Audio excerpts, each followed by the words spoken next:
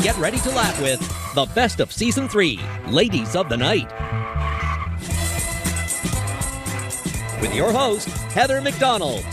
Gotham Comedy Live's Best of Season 3 is all happening right now. Ladies and gentlemen, Heather McDonald! Hey guys, thanks for joining us for Best of Gotham Comedy Live, Ladies of the Night, which are either hookers or stand-up comics. I'm a stand-up comic, but sometimes I wish I was a hooker. I'm your host, Heather McDonald, and I'll be guiding you through tonight's show because it's all about the ladies. And I happen to be an authority on that because I'm a comedian and I have a vagina. Some people question it when I talk like this, but I'm actually still a woman. Tonight's show is not about the vaginally challenged, but about us. Think of it as a bachelorette party with girls that are a lot funnier than your friends. Let's start this show off right with a thing that women like to talk about more than anything: relationships. I know a lot about men. I'm a female comic and a bit of a whore. Not on purpose, not on purpose. You make it to 46 and you're not married and don't have children, you'll accidentally fuck a lot of people. That's just a fact. It's not a joke. So here's what the thing is.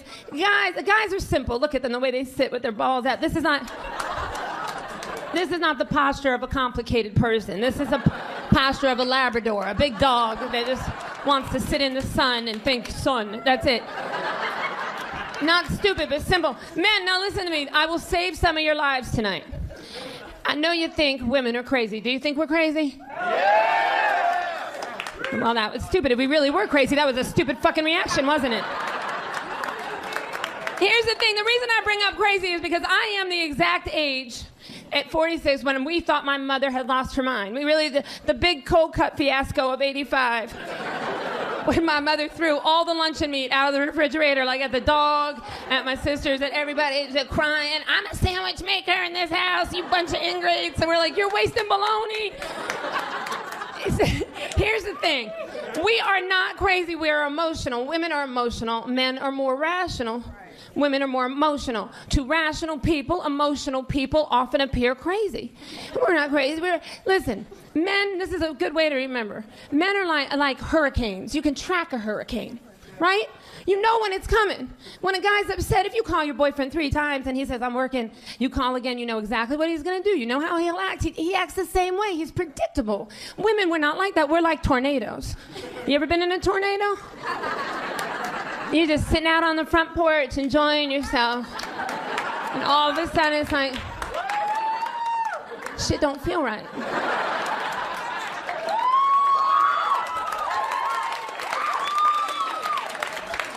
Way out there in the distance. What, run! What I'm trying to tell you is you can't harness that. Listen, man, we don't want to be like that. When we are acting like that, we don't want to be like that. Do you understand me? If a tornado could look back at all the destruction it caused, I am positive it would cry openly. It would, oh, I did what to that farmhouse? I don't think so. Oh, you have footage? Oh, I just remember a cow looked at me funny and I had to fuck that cow up. See, that's what happens.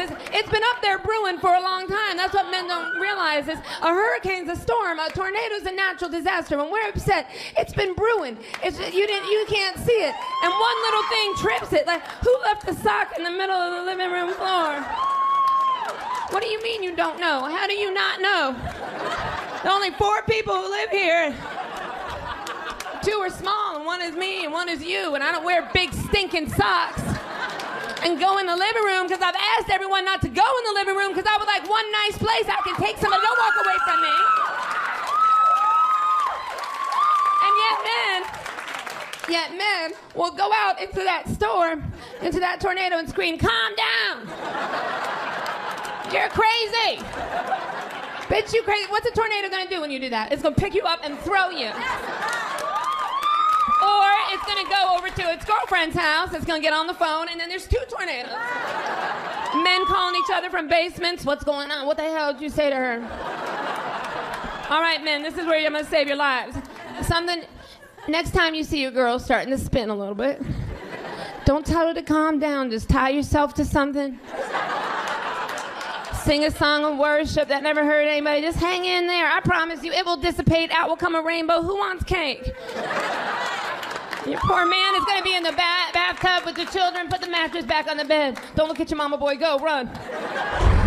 It's bizarre, though, because my parents are both dating, and I am just, like, violently single. Like, I am just, like, not even close to being a mother. And it's hard, though, because I feel like when it comes down to girls and boys and the way we qualify relationships, like, it'll take a guy, like, 6 months before he's like, oh, yeah, that's mine. And, like, I brush elbows with a guy at a bank, and I'm like, so I met someone, and, like, we're doing good.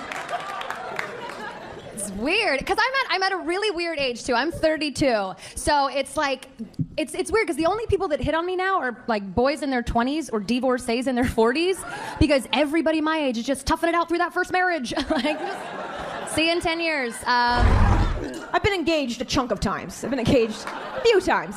First time I got engaged is because the guy asked me in front of people. You guys missed that. In front of people is what I said. That's why I had to, because I'm not a dick. And I really needed dental. Yeah. He's romantic, and he proposed to me in a bar.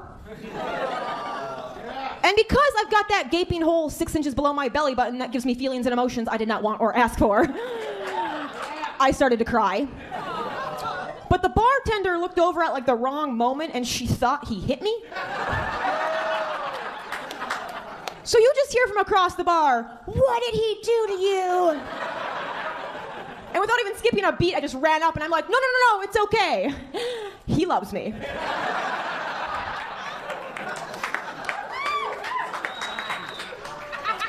When we broke up, we wanted to be adults about it, right? So we both went on Facebook, changed our relationship statuses to single, and then liked each other's. That's what you do when you're a grown-up. You would totally like my husband. He is so great. He went to France last week, and he does not speak a word of French. And I speak a little bit of French. And he texts me from the airplane, how do you say, you're hot? In French. So I text him back, j'ai herpes. I'm married now to a different guy. It's gross. Guys are always way more excited about that. Men are like, yeah, gross. And chicks are like, aw. We've been married for a year, and right after we got married, he bought me the e-cigarette because he wanted me to give up smoking. And I was like, I just gave up other men.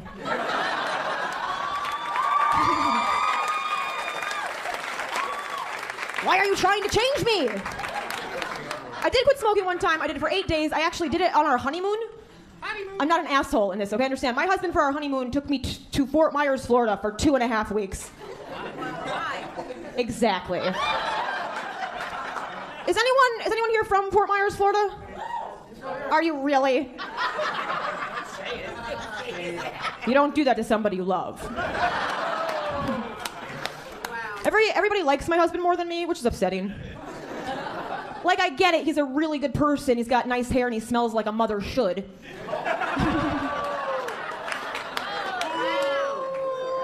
But anywhere I go, that's the first thing people will ask me about. They're like, oh my God, where's James? What's going on with James? What's new with James? I now know what it feels like to have a hotter sister. Stay tuned for more laughs on Access TV with the best of Season 3, Ladies of the Night. Welcome back to Gotham Comedy Live's the best of Season 3, Ladies of the Night. Welcome back, and thanks for sticking around for Best of Gotham Comedy Live, Ladies of the Night. Before the break, we heard what a few female comics had to say about the trials and tribulations of relationships. A big part of being in a relationship is having sex. I'm not sure these would be the ladies to take on as your therapist, but let's see what these next Gotham comedians have to say about boning strangers. So when I was younger, I would be interested in someone who travelled, and now I'll just settle for someone who doesn't have Nickelback in their collection, you know, or just someone that doesn't use the word amazeballs, you know. And the other thing, the thing that's changed the most is what I'm attracted to. Like when I was younger, I understood, you know those sex lines that they used to have and you'd call up, I mean, I didn't call up, but I couldn't afford it, but you'd call up and you go, oh, what are you wearing? And she'd go, oh, something threadbare, because I only earn minimum wage. There's a lot of overheads, but now those things don't turn me on anymore, and I wish that there was a phone line just for like people over 30s, and I would call up and I go, hi, and he'd go, hey. I go, who is this? He goes, it's Keith. I'm like, I would like to speak to someone else, please. Because I'm in my 30s, I've got choice. So then someone else comes on, I'm like, who's this? And he goes, it's Rowan. I go, oh, what are you doing, Rowan? I'm listening to you. But I'm turning off the television first. And what are you doing to me, Rowan? I'm communicating my needs and setting clear boundaries with you. God.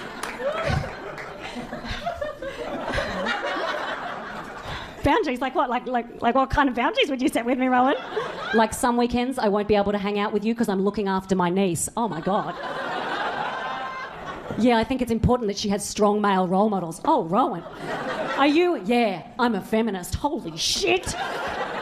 Tell me what I want to hear, Rowan. You want to hear it? You want to hear it? You want to hear it? You want to hear it? All right, I'm financially manageable. Yes! What else? I want to sit down and talk about shared values. I'm close. I'm very close. Bring me home, Rowan. You want it? You want it? You want it? You want it? All right, I'm emotionally available. Done. Done.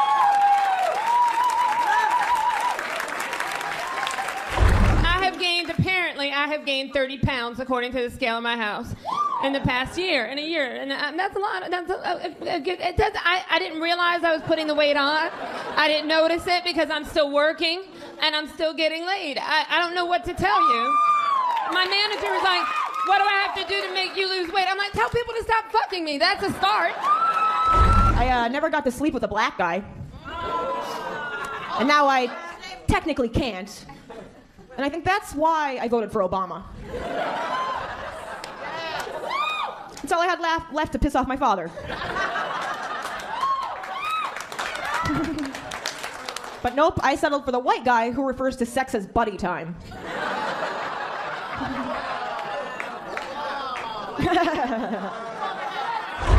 Could you imagine this lady talking sex to you, like when you're in bed with her? Oh yeah, that's good, yeah. Oh, right there. Oh, I like it when you lick it. That's really, really good. I really like it when you're down there.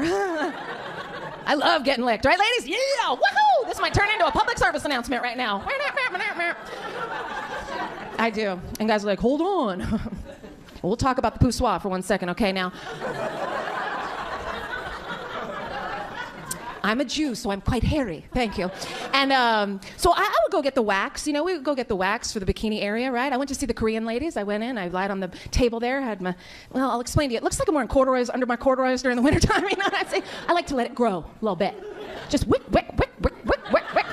I hope you enjoy 70s porn. Pow, fucking yeah! Ha-ha! I'm letting it grow because it's cold, you know what I mean? I'm poor. There's a lot of reasons. Y'all are too spoiled, you guys. Get in there. Just get in there and search. That's right. They become lazy. These young men, they become lazy. I love it. If you're under 30, you're like, pubic hair. I don't even know what that is. So I bring my hairy Jew ass to the Korean lady, and she's like, oh, I'm gonna have to get 2 people, okay? Some bullshit right here. So I have to go to a Russian lady to go find my people, you know? And she comes over and she's like, Jesse, I am perfectionist. I get every hair. I'm like, hold on, every hair? Like every hair? She goes, not like a baby. Guys, the Amber Alert look, I'm hip to it, okay, guys? So she goes, I leave you a little bit of hair, like, poof, I'm grown up. Poof, I'm grown up. I get to go home now. I live close here. I live on Sullivan Street, 229, apartment 3B. That's gangsters, and that's my real address. I'm not scared of you people. I've lived alone in New York for 20 years. What are you going to do to me? There's nothing you can do that I haven't planned for. You going to rape me? You can't rape me. I'll kiss you on the mouth. How you going to rape that? How dare you, rapist? You think I don't have a rape plan? That's the worst predator on a planet next to a pedophile and a polar bear, and I got plans for them, too. You crawl in my window, you're crawling out half the rapist you were when you crawled in. I'm going to mouth kiss you. I'm going to whisper, I love you. I'm going to hold you. You're my boyfriend now, rapist. Bottom line, you guys, I watch a lot of porn. I think single and porn are kind of, it's like duh, you know what I mean? My thing with porn, though, it's like, I mean, it just gives guys this false sense of hope that whatever hole they find first is fair game, and that's not a thing. Like, I let a guy stick his finger in my butt once, and it was only because he was going to war, so I did it for my country. Like, Why is everybody else slutty? Oh, man. It's this whole bizarre concept that, like, you don't know the difference between the two. Like, are you serious? We're grown-ups. They're clearly mapped out situations, guys. Like, one of them is like, oh, it's a pretty pink flower, water me. Oh, and the other is just like this angry old woman, just like, oh. Like, one of them's like, oh, it's so nice in here, and the other's like, you take me to the casinos, I want to play the slots. But I was always in the closet, and my internalized homophobia was so bad that when I had my first crush, it was on Nala from The Lion King. Do you guys remember Nala? Yeah, but this is where it gets bad. My first crush was Nala from The Lion King. I was more worried about the fact that I had a crush on a girl than on the fact that I had a crush on a fucking lion. Which is way more creepy, and it gets creepier. I told my buddy Steve that, right? He doesn't miss a beat. He goes, no, I get it, dude. I used to want to fuck that chubby teapot from Beauty and the Beast. Oh, Steve. Now his wife looks like that teapot. It's just... I met her. I was like, nice spout. Oh, God. That wasn't the right thing to say. Stay tuned for more laughs on Access TV with the best of Season 3, Ladies of the Night. Welcome back to Gotham Comedy Live's The Best of Season 3, Ladies of the Night. Welcome back. I hope you're enjoying the lovely female comics that we have brought you so far. We are all kids at heart, so this next topic should be very relatable. Here's what our comics had to say about children. He is so cute. He is like the cutest kid you've ever seen. You know how like you want like one kid better? He is so cute. Oh my God. He says to me the other day, he goes, Mama, when I grow up, if I have a little baby, does that mean you're going to be a grandma? I'm like, yes, that's so cute. That's what it means. And then his older brother, who's a little bit of a smarty pants, like he refers to me as his birth mother, he says, Mama, when I grow up, if I don't have a baby, does that mean you're just going to be an old lady? And I said, yes. And instinct tells me, with that level of charm, you're going to be my roommate.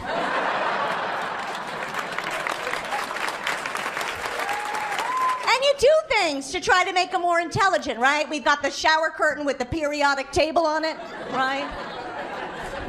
And the placemats with the body parts, right? The little one looks at the placemat, he looks at me and he says, Mama, where's your big penis?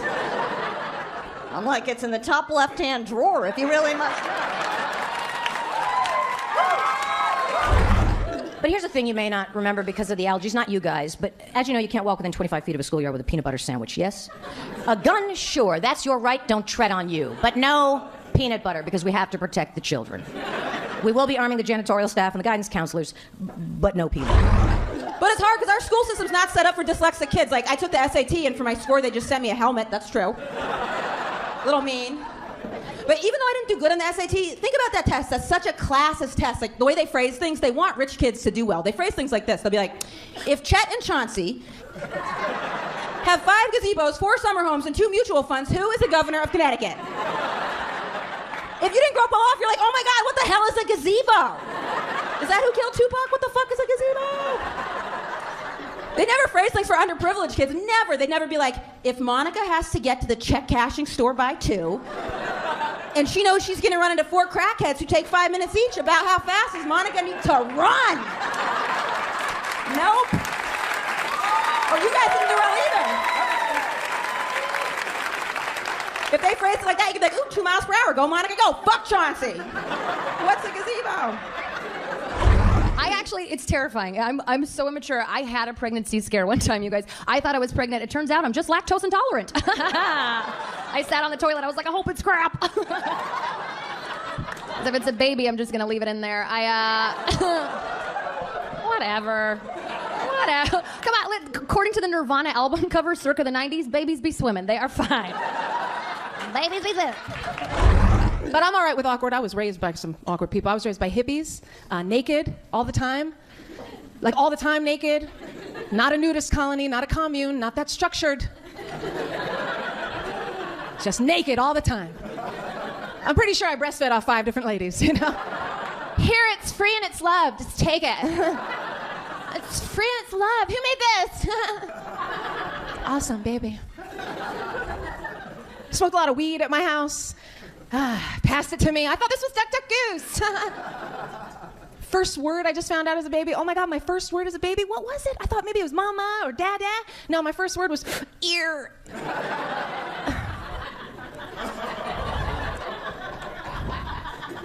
Sea of naked adults. Little girl running around. Maybe I'm lost. Maybe I'm looking for my dad, you know? Just, Daddy!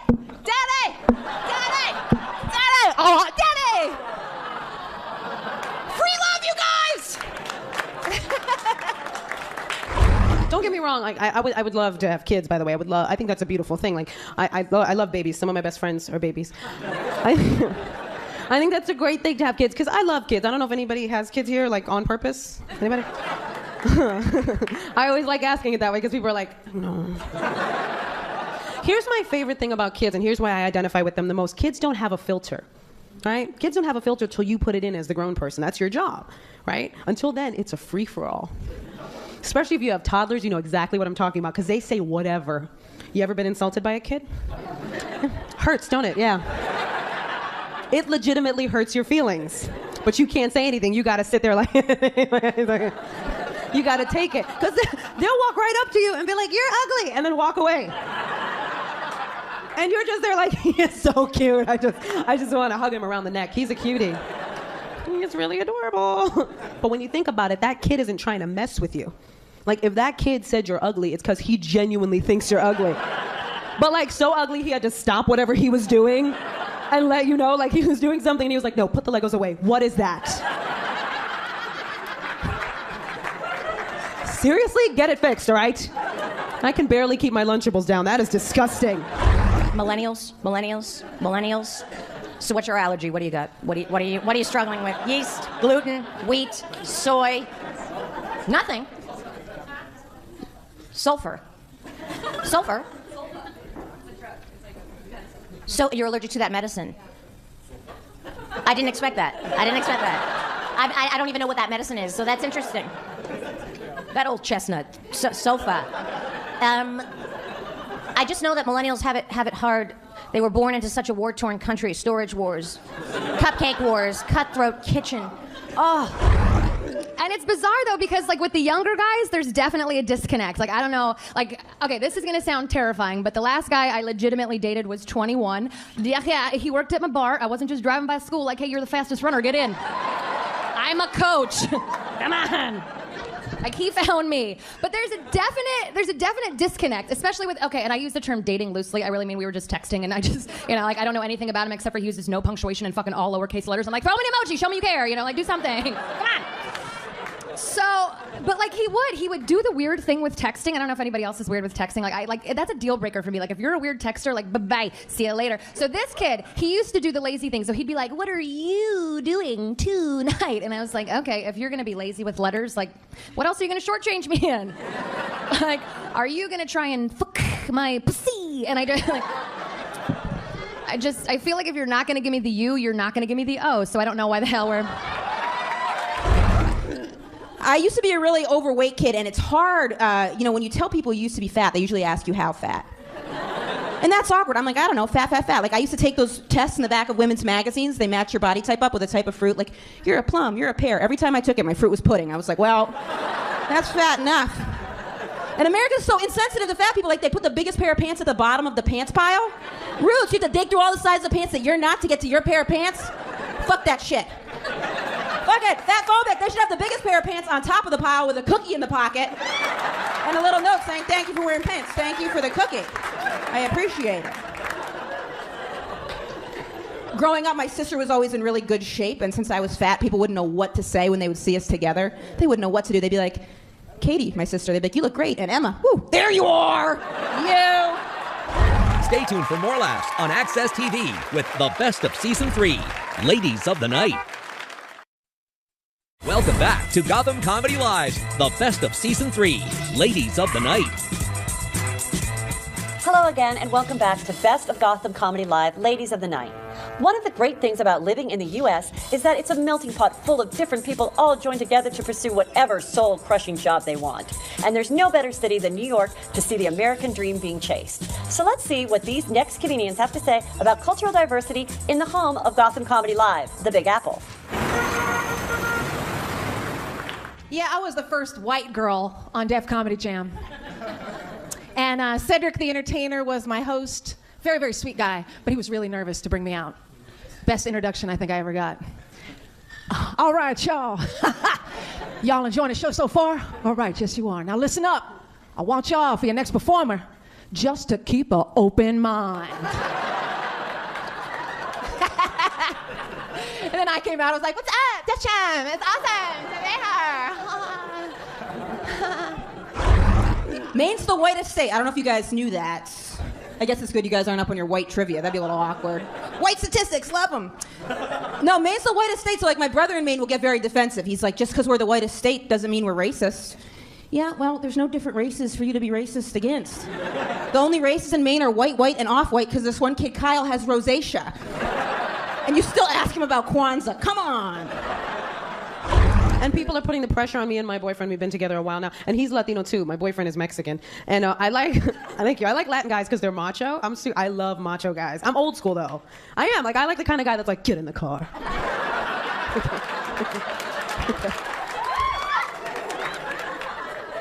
There is that part of me that wants to be like, don't talk to me like that. But I'm gonna get in the car now. I'm gonna do what you say. Of my own accord. Right? Isn't there something about a macho guy that makes you feel protected, though? Like, I feel so safe. Because there are guys now that... they're wearing skinny jeans. I don't feel safe. Like, what if something goes down? He can't protect me. He's going to be like, save yourself, baby. I have 2 little boys at home. I think they're really stupid, right? I was in a taxi with them today, and the taxi driver was wearing a turban, and my little one turns to me and he says, Mama, why is a genie driving the taxi? And Taco Bell's not off the hook either. Apparently, a lovely Latina will make you guacamole on a case-by-case basis.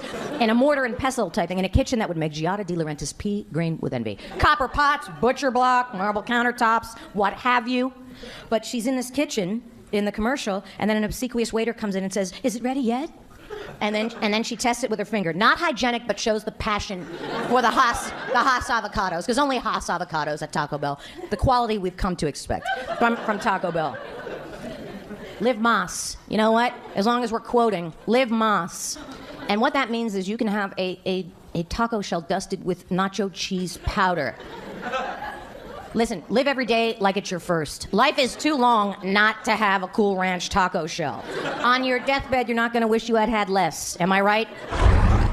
But my real rebellion came in 7th grade. I went to junior high, and I was at my locker one day, and this Mexican dude with a hairnet and a flannel button at the top. You've seen the movies. He came right up to me, said, I'm originally from Los Angeles. LA is a great place if you hate to read, so follow me. Here we go. So this Mexican dude comes right up to me, he's like, Jessica, we've been watching you, homegirl. You fucking crazy, esa. Listen up, this is Froggy talking to you. You got to hang out, esa. I was like, oh my God, all right, Froggy. Does that tattooed tear mean you killed somebody? Because it's adorable. And he goes, yeah, but that was a long time ago. Okay, we're in 7th grade. So I ended up hanging out with the cholos a lot. Smoked a lot of PCP. A lot of PCP. Like so much PCP that I'm really happy to be here tonight.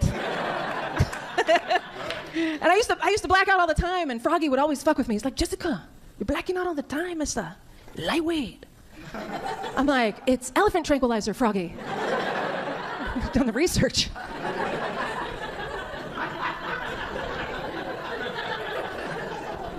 The cholos like to kick it with oldies music. The gangers, they like to kick it with oldies, which I thought was weird. I never told Froggy, but I thought it was weird. You know, you're smoking PCP all day, you're dipping out the van with a fucking gun, and then come home, put on some Dean Martin. Like, what? That's not hardcore at all, Froggy.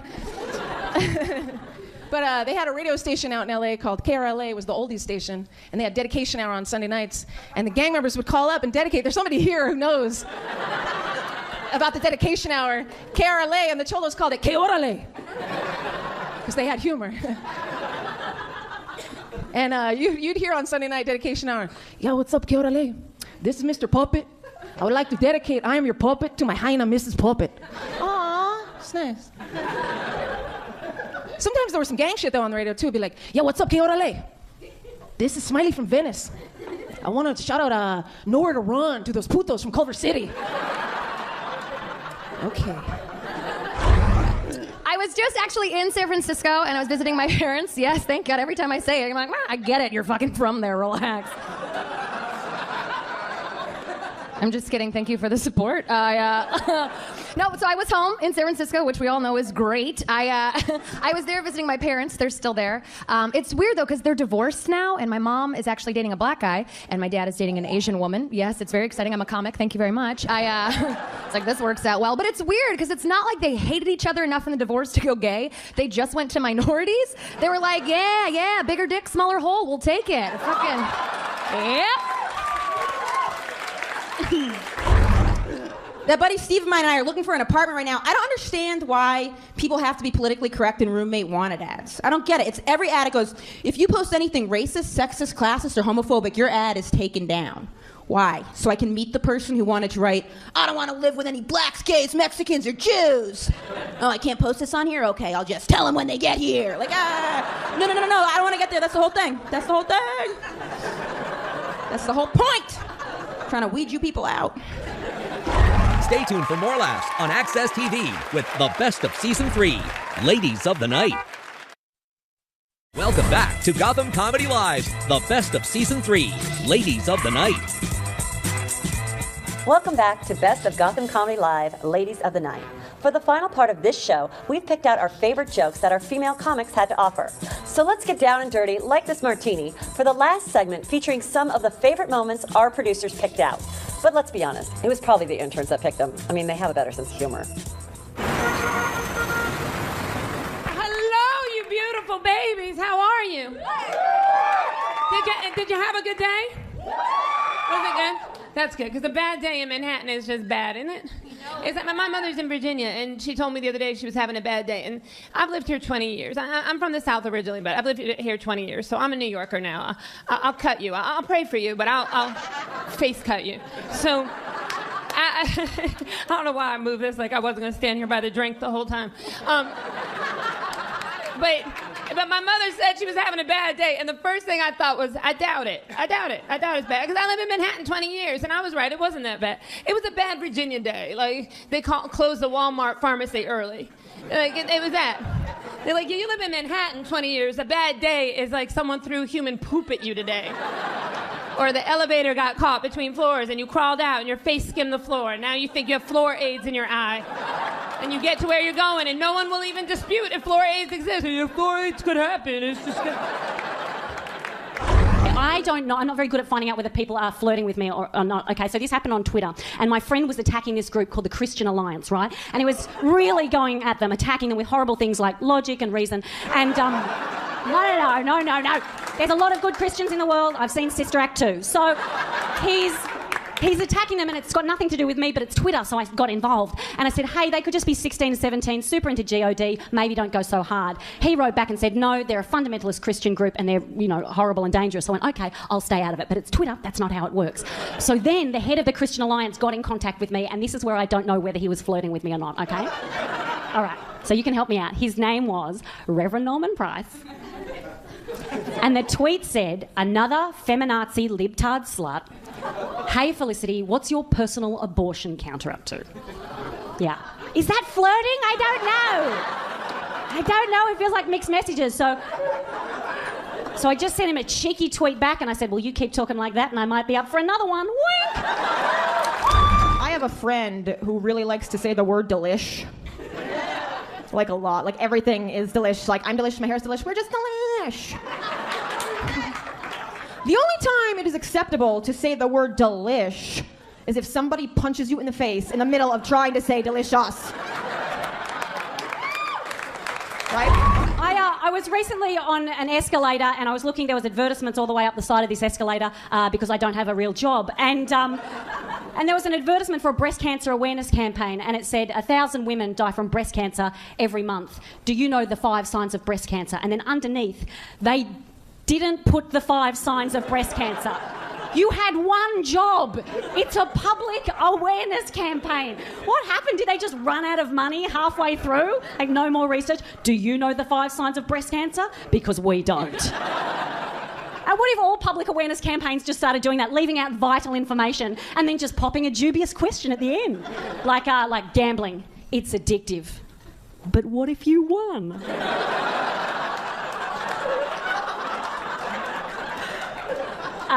Or what about drinking and driving? It could kill you.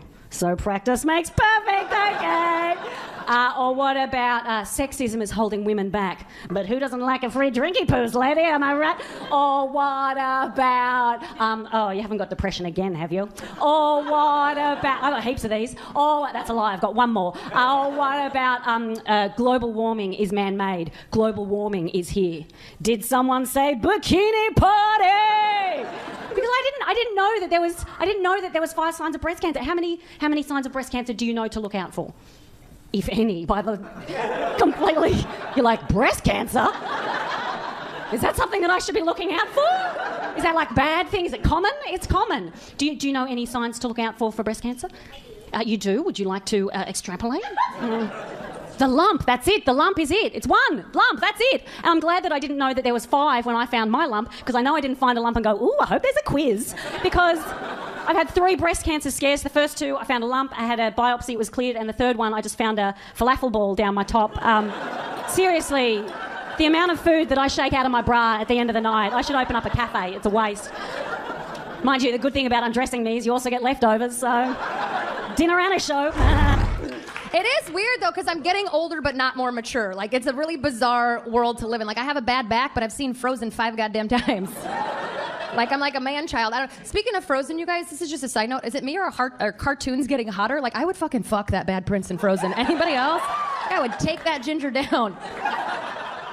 It would be weird, though, like, if that was a reality. Like, could you imagine your roommate walks in on you and I was like, oh, be like, Lisa, Aladdin, Lisa, he's a prince. Like, it'd be weird. I don't know. I didn't want you guys to meet like this. How I look with the short blonde hair, I'm constantly getting compared to a celebrity comedian. Take a wild guess. Cat Williams, actually. But I see where you're coming from. No, of course it's Ellen. Someone asked me if I got my hair cut to look like Ellen, and honestly, yeah, sure did. Ellen's winning at life. Why wouldn't I want to look like Ellen? I'm not going to go into the salon like, hey, can you guys make me look like Rosie O'Donnell? Seems like she's having a good day. So I'm from a town of 800 people. I grew up in rural Maine.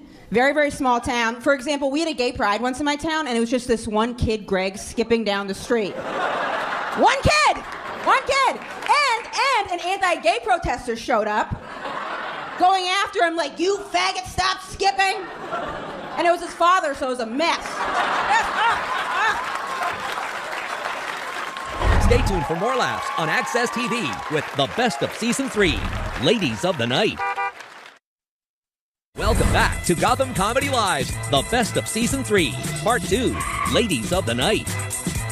That's it. Thanks for watching all of these lovely, talented, and deeply disturbed ladies. Please pray for them.